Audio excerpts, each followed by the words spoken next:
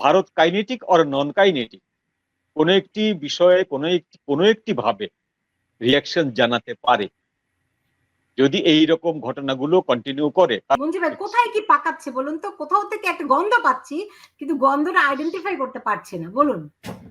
গন্ধটা খুব কষ্টকর কিছু না, আপনি যদি একটু ডট গুলো মিলাতে পারেন দেখবেন যে গন্ধটা আপনি পেয়ে যাচ্ছে।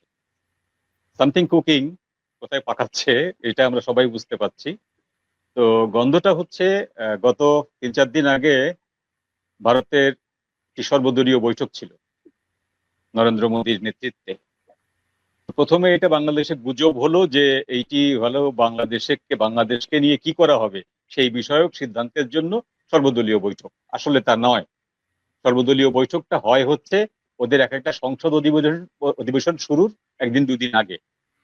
তো এখন যে সংসদ অধিবেশন শুরু হয়েছে এটা হলো বাদল অধিবেশন বলে এটাকে, অর্থাৎ বর্ষাকালীন সংসদ অধিবেশন। তো এই সংসদ অধিবেশনের আগে তারা সর্বদলীয় একটি বৈঠক করে, যে বৈঠকে 40টি দল যোগ নিয়েছিল। সেই বৈঠকে যে বিষয়গুলো আলোচিত হয়েছে তার কোনো একটি বিষয়ের অর্ধেক বা সিকি পরিমাণও কোথাও বাংলাদেশ প্রসঙ্গটি ওঠেনি। সিম্পলি তার মানে এটা আসলে ছিল একটা গুজব। কিন্তু ওই বৈঠকের পরের দিন একটি বিশেষ কমিটির বৈঠক হয়। সেই বৈঠকে যোগ দেন ভারতীয় 3 বাহিনীর প্রধান, ভারতের জাতীয় নিরাপত্তা উপদেষ্টা, ভারতের আইডিএস এবং নরেন্দ্র মোদী প্রতিরক্ষা মন্ত্রী। এই যে বিশেষ বৈঠকটি ছিল শুধুমাত্র বাংলাদেশকে নিয়ে। বিশেষ করে গোপালগঞ্জের ঘটনাবলী পরে বাংলাদেশের যে সিচুয়েশন, এই সিচুয়েশনে ভারতের কি করণীয় বা ভারত কিভাবে এটা রিয়াক্ট করবে বা ওখানকার যে সংখ্যালঘুরা তাদের বর্তমান অবস্থা কি, এই ইত্যকার বিষয়গুলো নিয়ে একটি বিশেষ বৈঠক হয়। সেই বৈঠকের কোনো কিছুই কিন্তু মিডিয়াতে আসেনি, লিক হয়নি।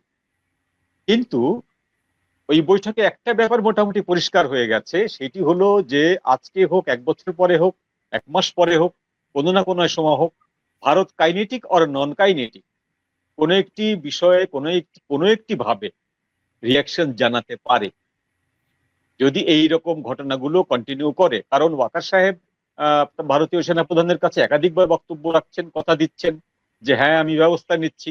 আমরা এরকম রিপোর্টও দেখছি যে ওই ভারতীয় সেনাপ্রধানের সাথে বক্তব্য দেওয়ার পরেই উনি এসে ফেব্রুয়ারি 26 তারিখে বললেন এনাফ ইজ এনাফ, আমি এইসব মব আর সহ্য করব না।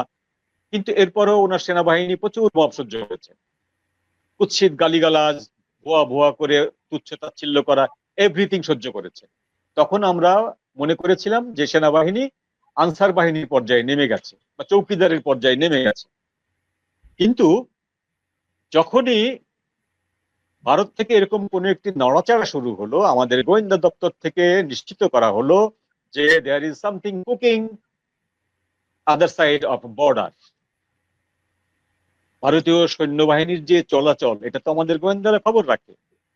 ভারতীয় নর্থ ইস্ট সাইডে যে বিশেষ সৈন্য মোতায়েন করা হচ্ছে, হাসিমারা ঘাটির কাছে যে অস্থায়ী 3 বাহিনীর প্রধানের অফিস করা হয়েছে, তারা দিল্লি থেকে উড়ে এসে ওখানে অফিস করে আবার সন্ধ্যাবেলা চলে যাচ্ছেন। এবং ভারতের যে ইস্টার্ন ফ্রন্টের যে হেডকোয়ার্টার রাইটা বিল্ডিং এ আপনার এই ভারতের কলকাতায়, আপনার সেই বিল্ডিং থেকে বিশেষ সৈন্যবাহিনী মোতায়েন করা হচ্ছে। সাতক্ষীরা অঞ্চল পর্যন্ত সৈন্যদের যে মুভমেন্ট চলছে, এই মুভমেন্ট গুলো ন্যাচারাল টাইমে চলে না। এই রিপোর্ট গুলো বাংলাদেশের গোয়েন্দা দপ্তরের মাধ্যমে সরকারের কাছে পৌঁছেছে যে সামথিং ইজ কুকিং। তো এরপরে যখন এই ঘটনাটি ঘটেছে, আপনার এই মাইলস্টোনের ঘটনাটি ঘটেছে, তখনই ছাত্ররা পরের দিন যে নেমে গেছে, ছাত্ররা নামার পরে দুটি তাৎপর্যপূর্ণ ঘটনা ঘটেছে। একটি হচ্ছে তারা শেখ হাসিনাকে প্রত্যাবর্তন করাতে চাইছে এবং তারা বলছে শেখ হাসিনা সরকার ভালো ছিল, এই সরকার খারাপ, এই সরকারের অধীনে আমরা নাই, আমরা শেখ হাসিনা সরকারকে বরণ করব, আমরা শেখ হাসিনাকে ফিরিয়ে নিয়ে আসবো। এই কথাগুলো সরকারের গোয়েন্দা দপ্তর বা সরকার মনে করতেই পারে যে এখানে আওয়ামী লীগের অনুপ্রবেশ ঘটেছিল, ছাত্রলীগ, নিষিদ্ধ ছাত্রলীগ, তারা এখানে অনুপ্রবেশ ঘটেছিল। কিন্তু যদি আওয়ামী লীগ ছাত্রলীগ না হয়, যদি সাধারণ ছাত্র হয়, তাহলে এটা সরকারের জন্য অ্যালার্মিং যে মাত্র 12 মাসের মাথায় 11.5 মাসের মাথায় এই এরা কি করে আবার সেই ফ্যাসিবাদের গুণগান গাইতে পারে, সেই ফ্যাসিবাদকে ফিরিয়ে আনার মতো দুঃসাহসিক কথা বলতে পারে। এইটা শোনার সঙ্গে সঙ্গে তাদের পায়ের তলার মাটি সরে গেছে, এবং পায়ের তলার মাটি এমন ভাবে সরে গেছে যে কারণে নুরনবী ভাই যেটি বললেন, যে একটি শোকের দিনে স্বাভাবিক বোধ বুদ্ধি সম্পন্ন মানুষ হাস্য তামাশার কোনো কাজ করে না, যার কিচ্ছু না। ধরুন আমি, আপনি এবং নুরনবী ভাই, আমাদের তো ওখানে কোনো সন্তান মরেনি, আমাদের আত্মীয়রা কেউ ওখানকার শিক্ষক ছিল না, আমাদের কিচ্ছু না। আমাদের কথা বাদ দিলাম, একজন শ্রমিক, একজন কৃষক, যার কিচ্ছু নেই, যে জীবনে কোনদিন মাইলস্টোনে ছেলে পড়াতে পারবে না, পারবে এরকম কোনো সম্ভাবনা নাই, সেও পর্যন্ত শোকার্ত। সেখানে রাষ্ট্রের দায়িত্বপ্রাপ্ত ব্যক্তিরা ওই শোকের দিনে শোক ভুলে তারা 4টি বিশেষ দলকে ডেকে, যে দলগুলো হচ্ছে তাদের স্টেক হোল্ডার, তাদের ক্ষমতার অংশীদার, সেই দলগুলোকে ডেকে বিশেষ মিটিং করছে, যে বিশেষ মিটিং এর একটি মাত্র এজেন্ডা, সেই এজেন্ডাটা হচ্ছে যে আওয়ামী লীগ ফিরে আসছে, হাউ টু প্রোটেক্ট দেম। আপনারা আমাকে এই বুদ্ধিটা দিন, আপনারা আমার পাশে থাকবেন। সিরাজদৌল্লার বক্তব্যের মতো গলায় জড়িয়ে ধরে সিরাজদৌল্লা লাস্টে বলেছিল না যে আপনারা কথা দিন, আপনারা আমার সঙ্গে থাকবেন লড়াইয়ের শেষ পর্যন্ত। তো জগৎ শেঠ, রায়দুল্লাহ সবাই তো কথা দিয়েছে। তো বিএনপি কথা দিয়েছে, জামাত কথা দিয়েছে, ইসলামী শাসনতন্ত্র আন্দোলন কথা দিয়েছে, এনসিপি কথা দিয়েছে। আমরা ধরে নিলাম যে তারা কথা দিয়েছে, আপনার কোনো ভয় নেই, আমরা সাথে আছি। তাতেও তিনি নিশ্চিত হতে পারেননি। পরের দিন উনি 13টি দল বা জোটকে ডেকে আবার একটি সভা করেছে, এবং তারাও তাকে নিশ্চিত করেছে কোনোভাবেই আমরা ফ্যাসিবাদকে কামব্যাক করতে দেব না। এবং এই 2টি সভা থেকে যখন উনি নিশ্চিত হয়েছেন, তখন ওনার রাতের ঘুম এবং দিনের আহার মোটামুটি স্বাভাবিক পর্যায়ে এসছে। এইটি হলো মোট প্রক্রিয়া। এখন এই যে আপনি যে হাসনাতের যে বক্তব্যটি দিলেন, এই বক্তব্যটি হচ্ছে যে তারা ওই যে ঘোষণাটি দিয়েছিল, মাইলস্টোনের প্রাক্তন স্টুডেন্টরা এবং অন্যান্য সারা ঢাকা শহরের অন্যান্য স্টুডেন্টরা যে সচিবালয়ের গেট ভেঙে যে বক্তব্যগুলো দিয়েছে, এই বক্তব্যগুলো তারা নিতে পারছে না। তারা কোনোভাবে হিসাব মিলাতে পারছে না যে তাদের ডাকে রাজুতে জড়ো হয়ে সেক্রেটারিয়েট দখল করে ফেলছে যে ছেলেরা, সেই ছেলেরা এখন সেক্রেটারিয়েট দখল করছে উইদাউট তারা। সেই ছেলেরা, সেই ছাত্ররা এখন সেক্রেটারিয়েট দখল করতে যাচ্ছে without Hasnat, without Sarjis, without Nahid. এই জিনিসটি তারা মেনে নিতে পারছেন না, যে কারণে তারা এই সমস্ত দায়টি চাপাচ্ছেন ডক্টর ইউনূসের উপরে। যে ডক্টর ইউনূসের এই যে ছেড়ে দেওয়া ভাব, যারা এরা তারাও ধরে নিচ্ছে যে প্রফেসর ইউনূসের যে পরিমাণ, তারা ধরে নিচ্ছে যে ডক্টর ইউনূসের যে পরিমাণ ব্যর্থতা, সেই ব্যর্থতার পরে যে গণরোষ, এই গণরোষ আজকে যে ধুমায়িত হওয়া শুরু হলো এই মাইলস্টোন ঘটনার পরে, এই গণরোষকে যদি এখনই থামানো না যায়, তাহলে এটি আরেকটি জুলাই অভ্যুত্থান হতে যাচ্ছে। তারাও ভয় পাচ্ছে, তাদের পায়ের তলা থাকার মাটিও কিন্তু শক্ত নেই। তারা জানে যে সবার কিন্তু পালাবার জায়গা হবে না। বাংলাদেশ থেকে চারিপাশে তো ভারত এবং মায়ানমার, এবং এক পাশে বঙ্গোপসাগর, সবার কিন্তু পালাবার জায়গা হবে না, সবার জন্য কিন্তু ভিসা রেডি হয়ে নেই।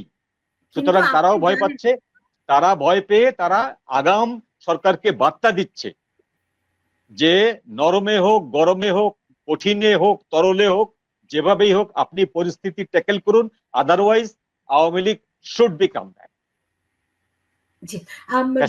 আবার এসে যাচ্ছে, ডক্টর নবী তারা এই ভয় দিচ্ছে। মঞ্জুরুল যা যা বললেন এইটা একটা প্রেক্ষাপট, কিন্তু আমরা জানি যে ক্ষমতায় সেনাবাহিনী একটা বড় স্টেক হোল্ডার। এই মুহূর্তে আমি যদি বলি যে এই রাজনৈতিক দলগুলো এটি একটা রাজনৈতিক শক্তি, কিন্তু সেনাবাহিনীর শক্তিটাও অনেক বড়। তো সেই ক্ষেত্রে ডক্টর ইউনূস সেনাবাহিনীর সমর্থনটি তো পুরো উদ্যমে পাচ্ছেন, তাই না? তো সেই ক্ষেত্রে তার কি আশঙ্কার খুব বেশি কারণ আছে? আমি প্রথমত মঞ্জুর ভাইকে ধন্যবাদ দিই, সুন্দরভাবে প্রেক্ষাপটটা বর্তমান পরিস্থিতি ব্যাখ্যা করেছেন। তো আপনার যে প্রশ্ন, আমি একটু দ্বিমত পোষণ করি যে বাংলাদেশে যে পরিবর্তন হয়েছিল, এইখানে এই যে দলগুলো, এদের কোনো কার্যকরী ভূমিকা ছিল না। ভূমিকাটা ছিল আপনি যেটা উল্লেখ করেছেন সেনাবাহিনী। সেনাবাহিনী যদি 3 অগাস্টে তারা যদি সিদ্ধান্ত না নিত যে তারা বৈধ সরকারকে রক্ষা করবে না, এবং তাদের ভাষায় যে জনগণের উপরে আমরা গুলি চালাবো না, বৈধ সরকারকে রক্ষা করার জন্য এই আধুনিক যুগে গুলি ছাড়াও মব কন্ট্রোল করা যায়। সাউন্ড গ্রেনেড রয়েছে, ওয়াটার গান রয়েছে, কয়েকটা ট্যাঙ্ক। আগের দিন রাতে যে মিথ্যা আশ্বাস দিয়েছিল এই সমস্ত সশস্ত্র বাহিনীর নেতারা যে তারা এই মব ঢাকাতে ঢুকতে দিবে না, 18-19টা পয়েন্টে ব্যারিকেড বসানো হবে সেনাবাহিনীর বা আর্ম ফোর্সের, এটা ছিল মিথ্যা।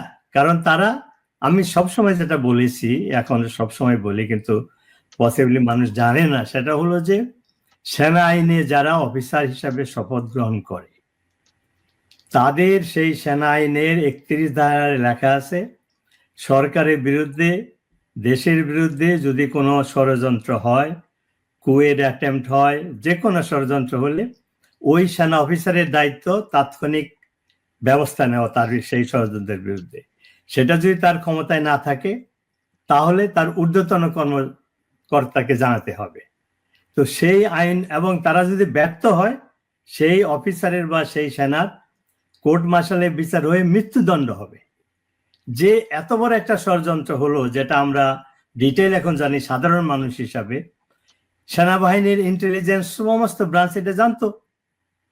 তো তারা কেন ঊর্ধ্বতন কর্মকর্তা অর্থাৎ প্রধানমন্ত্রীকে জানায় নাই যে ষড়যন্ত্র হচ্ছে, অথবা তারা জেনে শুনেও কেন 5 তারিখে সকালবেলা ব্যারিকেড বসিয়েছিল? একটার খবর আমি জানি, উত্তরা, যারা টেলিভিশনে দেখাচ্ছিল, সেখানে এক ব্রিগেডিয়ারের নেতৃত্বে ব্যারিকেড ছিল। 11টার দিকে কোনো লোকজন ছিল না, 11:15টার দিকে 100 জন 50 জন শ্রমিক এসে হাজির ছিল, কোনো মব ছিল না। তখন ব্রিগেডিয়ার সেনা প্রধানকে কল করে জিজ্ঞাসা করে যে এখানে মাত্র কয়েকশো লোক আছে, আমি কি করব? তাকে অর্ডার দেওয়া হয়, তুমি ওই ব্যারিকেড উঠিয়ে নিয়ে চলে যাও, তুমি এয়ারপোর্টটা রক্ষা করো। এবং এই একই মেসেজ যত 18-19টা, আমি এক্সাক্ট নাম্বার জানি না, যেখানে পয়েন্টে ব্যারিকেড বসানো হয়েছিল সব উদ্র হলো, হাজার হাজার লক্ষ লক্ষ মব ঢুকে গেল। তো কাজেই সেনাবাহিনী এই ষড়যন্ত্র জানতো, এটাকে বন্ধ না করে তারা উল্টো সিদ্ধান্ত নিল, সেটা তাদের অপরাধ। আর যে অফিসাররা, কারণ আমি মুক্তিযুদ্ধে ছিলাম, আমাদেরকে ট্রেনিং দেওয়া হয়েছে, শেখানো হয়েছিল যে কমান্ডারকে split of a second decision নিতে হয়। সে মিটিং করে দরবার করে ডিসিশন নেওয়ার সময় তার থাকে না। তো এই যে সেনা প্রধান যে দরবার করে সে সিদ্ধান্ত নিল, এটা তার দায়িত্ব না। এবং এই যে সমস্ত, এখন আমরা জানি, তখন জানতাম না, সেইখানে যে অফিসার বলেছিল যে আমরা সেনাবাহিনীর বিরুদ্ধে আমরা গুলি করব না, তখন সেনা প্রধান বলেছিল আমি প্রেম করি নাই, প্রেম আমার উপর এসেছে। What a Seely comment! সেই অফিসার, সে এখন মেজর জেনারেল, সে এখন যশোরের জিওসি, তার নেতৃত্বে গোপালগঞ্জে এই হত্যাকাণ্ড ঘটেছে। এবং তার পরিচয় কি এখন বেরিয়েছে? সে হলো জামাতের রোকন, যে এখন সরকারের কি ইলেকশন কমিশন না কোথায়, তার ছেলে। এবং এই যে মেজর জেনারেলের আত্মীয় ফুফা শাশুড়ি হলো রেজওয়ানা চৌধুরী, ওই যে এনভায়রনমেন্টালের কি বলে সেন্ট মার্টিন আমেরিকাকে দেওয়ার নেতৃত্ব। তো আমার কথা হলো যে এইভাবে সেনাবাহিনীতে সব স্তরে লোক ঢুকেছে এবং তারা এই সিদ্ধান্ত নিয়েছে। তো এই সেনা প্রধান বা আমাদের সরকার, তারা ব্যর্থ হয়েছে গত 15 বছরে এইভাবে যে জামাতের পন্থী অফিসারকে নিয়োগ দেওয়া হয়েছে। এবং আরেকটা রিপোর্ট, এটা আমি এখানে উল্লেখ করতে চাই না, যে এই সেনা প্রধান, এই মেজর জেনারেল যে জিওসি, সে 15 কোটি টাকা ঘুষ দিয়ে ব্রিগেডিয়ার থেকে মেজর জেনারেল হয়েছে। আমি একটা পত্রিকা দেখেছি, সত্য মিথ্যা আমি জানি না, কিন্তু এবং একটা ব্রিগেডিয়ারের 15 কোটি টাকা দেওয়ার কথা না, সে কোথায় পেল? সে খবরও বেরিয়েছে এটা জামাত এই টাকাটা দিয়েছে। অর্থাৎ জামাত শুধু এইটা না, কোটি কোটি টাকা তারা খরচ করেছে সেনাবাহিনী তাদের অফিসার ঢোকানোর জন্য। জি, তো কাজেই বুঝতে পেরেছি। আমাকে শেষ করতে হবে, আমাকে শেষ করতে আচ্ছা হবে। আমি শেষ করছি যে আমার ওইটাই কথা যে এখন যে এদের ভিতরে দলাদলি বা কি বলে ইউনিটির অভাব দেখা যাচ্ছে, এর কারণ হলো এদের এটা ছিল হোলি অ্যালায়েন্স, এটা ভাঙতে বাধ্য। আর এই যে পরিস্থিতি হয়েছে এর জন্য শুধু বিদেশি ষড়যন্ত্রকারী দায়ী না, সেনাবাহিনী দায়ী এবং বাংলাদেশের এই তথাকথিত লেফটিস্ট নেতৃবৃন্দ, তারপরে বুদ্ধিজীবী, ডানপন্থী, জি, ফরহাদ মজার, সবাই এর জন্য দায়ী। অবশ্যই। এদেরকে বাংলাদেশের মানুষের কাছে, জনগণের কাছে জবাবদিহিতা করতে হবে এবং আমাদের যে ইতিহাস বাংলাদেশে, এদের বিচার বাংলার মাটিতে হবে, কেউ রক্ষা পাবে না।